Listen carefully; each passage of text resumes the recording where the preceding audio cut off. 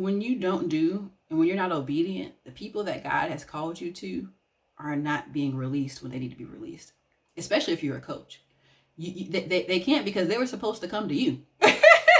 They were supposed to get that information from you. I can imagine like where I would be myself if I did not do what God would call me to do. Probably would have been in retail, probably would have tried to have my boutique by now, and COVID would have shut it down. You know what I mean? Like, would have literally shut it all down. Like, see, your disobedience got you jacked up, all the way jacked up.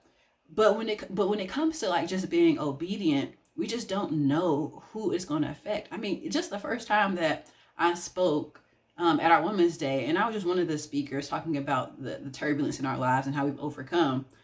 I saw so many women crying. I was just like, I was dumbfounded, because I'm not even thinking like my story is going to be like that impactful, just because I just didn't think it.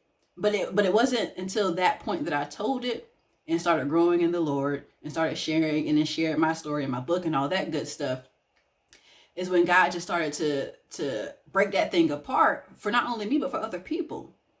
And even the ladies that I've ministered to, over the last couple of years, it's like, man, like what would have happened had I not said yes and been obedient to every single day.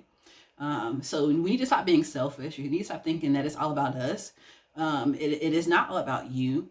It is about you doing what God has called you to do, so that this crippled world that we have, like the crippled body that we have, can actually be full and functioning in the way it needs to be functioning.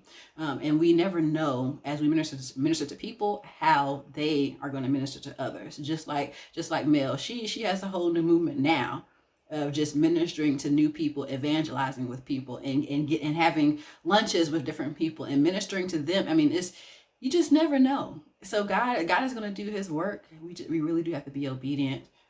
Stop saying no. Say no to yourself and what your desires, and say yes to God. But yes,